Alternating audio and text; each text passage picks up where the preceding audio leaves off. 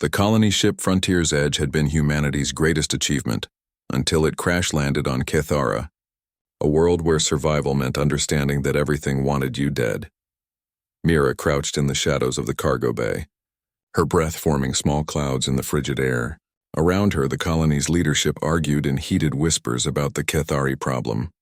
The indigenous predators, massive, six-limbed creatures with crystalline scales and intelligence that rivaled any sentient species, had been watching the human settlement for months. Watching but never attacking. "We should strike first," Commander Yates insisted, his hand resting on his plasma rifle. "Before they coordinate an assault." Mira said nothing. She already knew why the Kethari hadn't attacked. She knew because of the secret she kept hidden in the abandoned maintenance tunnels beneath the colony. A secret that would change everything if discovered. 3 months earlier, Mira had been conducting a routine perimeter scan when she heard it, a sound that didn't belong to Kethara's howling winds or screeching fauna. It was a whimper, small and desperate.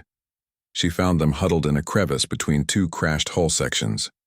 3 Kethari cubs, no larger than earth wolves, their scales still soft and translucent. Their mother lay nearby, her massive form torn apart by what looked like rival predator markings. The cubs trembled, their 6 legs tangled together, their multiple eyes wide with terror. Every instinct screamed at Mira to run. These were apex predators, born killers whose species had dominated this planet for millennia. But when the smallest cub limped toward her, dragging an injured hind leg, she saw something else. Children, alone and afraid. She made a choice that defied protocol, common sense, and probably her survival instincts. She reached out her hand. The eldest cub, the one she would later call Ravik, hissed, his scales flaring with warning colors. But he didn't attack. Instead, he watched as Mira slowly, carefully examined the injured cub's leg. She used emergency medical supplies from her kit, speaking softly in a language the cubs couldn't understand but seemed to respond to nonetheless. "I won't hurt you," she whispered. "I promise." Ravik's scales shifted from red to a curious amber. In that moment, something passed between them, an understanding that transcended species. Mira had made a promise, and Ravik would remember it.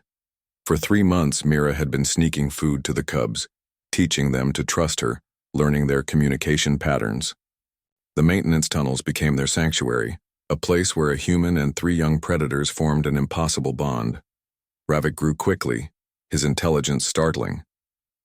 He learned to recognize Mira's scent from hundreds of meters away, to distinguish between her footsteps and others. He taught his siblings to do the same. Most remarkably, he taught them to hide, not just from humans, but from their own kind. The cubs had chosen Mira, and Ravik had chosen to keep her secret. "They're planning something," Yates continued in the command meeting. 3 adult Kethari were spotted near the eastern perimeter yesterday. "They're organizing." Mira's blood ran cold. She knew those weren't just any Kethari. Through her bond with Ravik, she'd learned that the Cubs family wasn't dead. Their pod had been searching for them. The adults were desperate, their calls echoing through the crystalline forests at night, calls that Ravik heard but never answered, because answering meant leaving Mira. The Cubs had concealed themselves from their own kind to protect her promise. "We attack at dawn," Yates declared. "Maximum force. We end this threat before—" "No." Mira's voice cut through the room like a blade. All eyes turned to her. She stood slowly, feeling the weight of what she was about to do. "There is no threat," she said. "They're not planning an attack. They're searching." "Searching for what?" Yates demanded. Mira took a deep breath. "For their children." The room erupted in chaos, but Mira pressed on, explaining everything. The Cubs, the months of secrecy, the bond she'd formed. As she spoke, she activated her comm device. "Ravik," she whispered in the Kethari clicking language she'd learned. "It's time." The reaction was immediate. Gasps filled the command center as 3 young Kethari emerged from the maintenance access, their scales shimmering with nervous energy. Ravik led them, his posture protective, positioning himself between his siblings and the armed humans. But his eyes, all 6 of them, remained fixed on Mira. "Stand down," Yates shouted, weapons rising. "No!" Mira stepped between the guns and the Cubs. "They're children. They've been living beneath us for 3 months and haven't hurt anyone. Don't you see? That's the message. That's why the adults haven't attacked. She turned to face the cubs, kneeling to Ravik's level. The eldest cub approached, and in a gesture that made every human in the room tense, he touched his crystalline forehead to Mira's. Through their bond, she felt his understanding. He knew what she was asking, that he returned to his kind, that he helped bridge the gap between their species. He knew, and he was afraid. "I promised I wouldn't hurt you," Mira whispered. "This is keeping that promise. Your family needs you. Your people need you." Ravik's scales shifted through a spectrum of colors.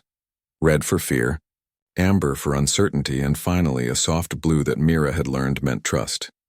He turned to his siblings, communicating in ways humans were only beginning to understand. Then slowly, the three cubs moved toward the colony entrance. Mira followed, ignoring Yates's protests. She walked with them to the perimeter, where three massive adult Cathari waited in the twilight, their scales rippling with barely contained emotion. The reunion was explosive. Chirps, roars, and a tangle of crystalline scales and clicking mandibles. But even in their joy, the adult Cathari maintained distance from the human observers, until Ravik broke away. He returned to Mira one last time, and in front of both species he performed the forehead touch again. Then he did something that would be analyzed by xenobiologists for generations. He took Mira's hand in his foreclaw and placed it against the largest adult's scales. The message was clear. She kept us safe. She is Pack. She is trusted. The adult Cathari, Ravik's mother, Mira realized, fixed all six eyes on the small human. For a heart-stopping moment, nothing moved. Then, slowly, deliberately, the massive predator lowered her head in what could only be interpreted as a bow. The war that everyone feared never came. Instead, humanity learned that promises kept, even to the children of monsters, could change the fate of worlds. And in the tunnels beneath the colony, where a human had once whispered comfort to frightened cubs, the first embassy between species was built, all because Mira had kept her word, and Ravik had kept her secret. Some bonds, it turned out, were stronger than instinct, stronger than fear.